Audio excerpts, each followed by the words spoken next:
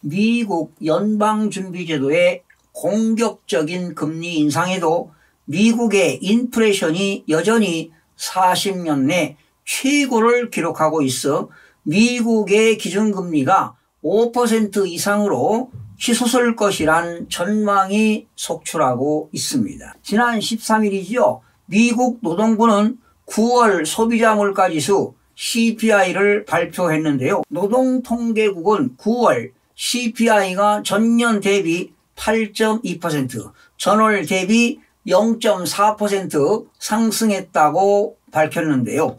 지난 6월 9.1%를 기록하며 고점을 찍은 뒤 석 달 연속 상승세가 둔화되고 있지만 여전히 높은 수준입니다. 시장이 특히 주목할 것은 변동성이 높은 에너지와 식품을 제외한 근원 소비자 물가 지수였는데요. 1년 전보다 6.6% 오르면서 지난 1982년 8월 이후 40년 내 최고를 기록했습니다. 아마도 국제 유가가 하락하면서 에너지 가격은 내려갔지만 식료품과 주거비용이 오름세를 이어가면서 전체 물가가 높은 수준을 유지한 것으로 분석이 됩니다. 식료품 가격은 전달보다 무려 11.2%가 올라갔고요. 주거비는 6.6% 상승했습니다. 연방준비제도가 올해 들어 3월부터 금리 인상을 시작했음에도 미국의 인플레이션이 여전히 40년 내 최고를 기록하고 있는 것입니다. 특히 연준은 최근 3번 연속 0.75%포인트 자이언트 스텝 금리 인상을 단행으로 현재 미국의 기준금리는 상단 3.25%입니다. 그러나 9월 CPI가 여전히 40년 내 최고를 기록하고 있는 것으로 드러나 미국 연준의 공격적 금리 인상이 지속될 가능성이 높다는 지적이 나오고 있습니다. 실제 CPI 발표 직후 미국 연준이 오는 11월 초에 열리는 공개시장위원회 회의에서 0.75%포인트 금리 인상을 할 확률이 99.3%까지 치솟았습니다. 0.5%포인트 인상 가능성은 아예 사라졌습니다. 올해 연준이 금리를 결정하는 통화정책회의는 2번 남았는데요. 일각에서는 11월뿐만 아니라 12월 회의에서도 0.75%포인트 인상 가능성이 있다고 보고 있습니다. 이렇게 되면 연준은 5번 연속 자이언트 스텝을 받게 돼 미국의 기준금리가 연말에 상단 4.75%까지 오르게 됩니다. 이뿐 아니라 연준이 내년까지 공격적인 금리 인상을 할 것이란 전망도 급부상하고 있습니다. 연준의 점도표에 따르면 당초 연준은 기준금리를 연말까지 4.5%, 내년에는 4.75%까지 올릴 계획이었습니다. 그러나 여전히 인플레이션이 40년 내 최고인 것으로 확인됨에 따라 연준이 기준금리를 5% 이상 끌어올릴 것이라는 전망이 우세합니다. 미국의 경제 포털 야후 파이낸스는 연준의 공격적인 금리 인상도 미국의 CPI가 여전히 40년 내 최고라며 연준이 내년에도 공격적인 금리 인상에 나서 미국의 기준금리를 5% 이상으로 끌어올릴 것이라고 전망했습니다. 현재 한국과 미국의 금리는 이미 역전됐습니다. 한국의 기준금리는 최근 0.5%포인트 금리 인상에도 3%에 불과합니다.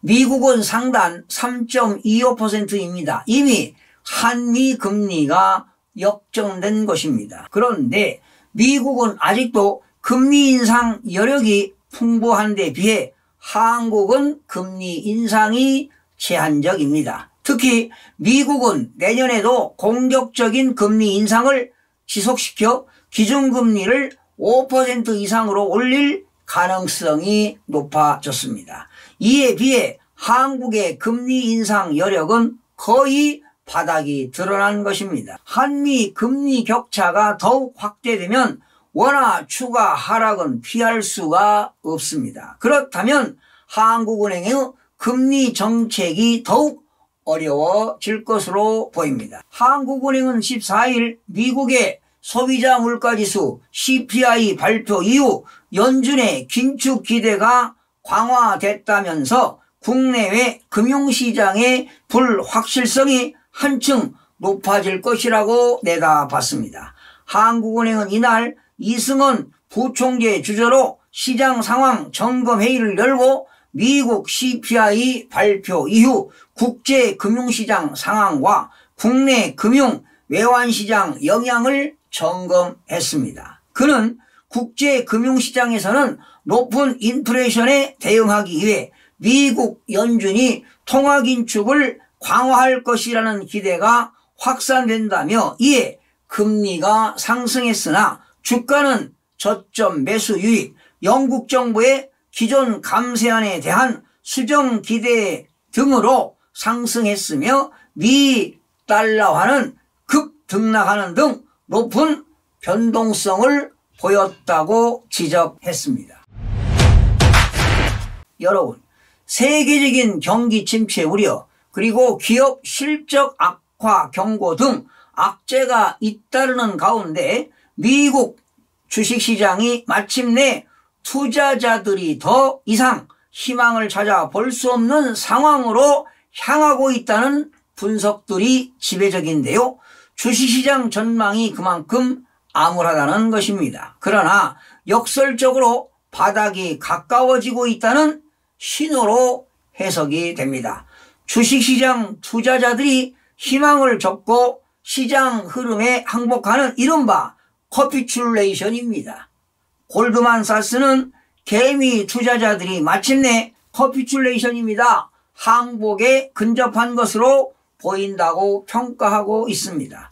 올 들어 좀처럼 끝이 보이지 않던 주식시장 하강이라는 터널이 마침내 그 끝을 드러내기 시작하고 있는 것으로 보입니다. 마침내 개미 투자자들까지 항복함에 따라 바닥 기대감은 더욱 높아질 전망입니다. 하지만 투자는 신중에 신중을 기하고 보수적인 투자가 바람직하고요. 당분간 주식 투자 비중을 줄여 나가야 할 것입니다. 더욱이 문제가 되는 것은 우리나라 무역 전선에 초비상이 걸렸습니다. 관세청에 따르면요, 이달 1일부터 10일 수출액입니다. 통관 기준 잠정치는 117억 9,700만 달러로 작년 같은 기간보다 20.2%가 줄었습니다. 1일에서 10일 기준으로 수출이 20% 이상 급감한 것은 올 들어 처음 있는 일입니다. 품목별로는 수출의 버팀목인 반도체가 20.6%가 감소했고요. 최대 교역국인 중국에 대한 수출도 23.4%가 줄어들었습니다.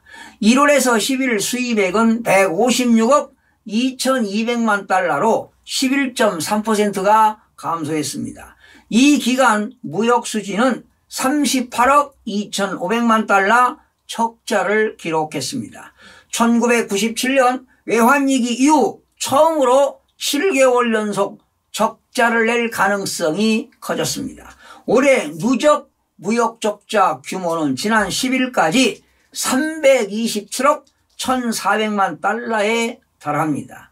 연간 기준 역대 최대 적자였던 1996년 206억 2,400만 달러보다 120억 9천만 달러가 더 많습니다.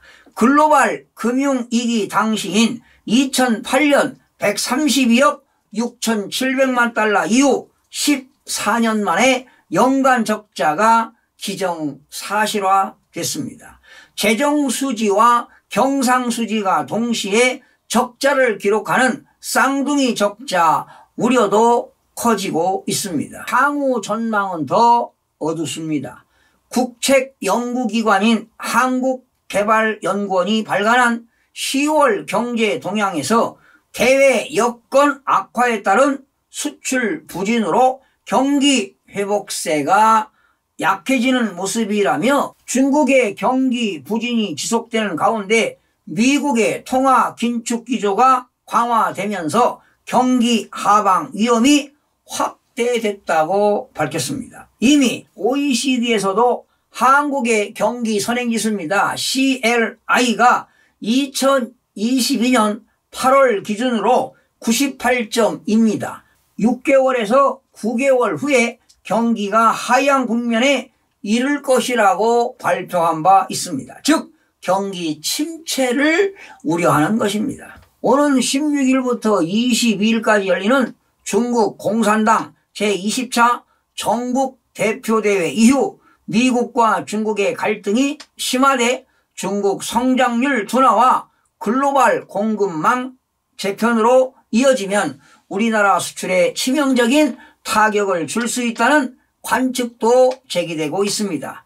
지금 중국의 경제 사정은 상당히 어렵습니다. 상하이 종합지수가 지난 9월에만 무려 5% 넘게 하락했고요. 지수가 집계되기 시작한 1991년 이래로 당 개회를 앞두고 최악의 상황입니다. 중국 이완화는 올해 들어 달러 대비 환율이 10% 이상 추락하며 1994년 이후 최저치를 향하고 있습니다.